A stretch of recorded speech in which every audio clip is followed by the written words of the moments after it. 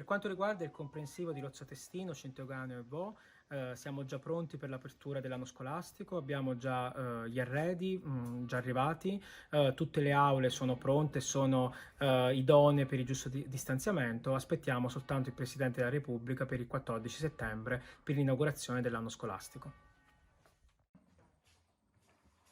Ecco.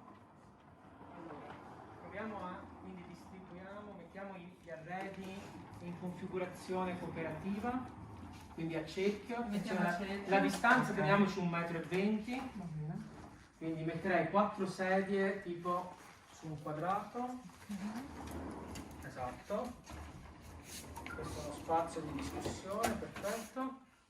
Proviamo a vedere? Sì, proviamo a vedere, c'è anche il passaggio qui, perfetto.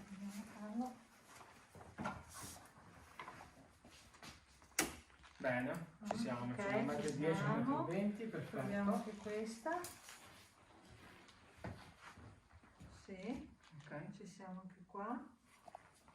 Proviamo anche questa. Ok. Perfetto. va bene. Il passaggio c'è la distanza dagli altri. Perfetto. Perfetto. Bene.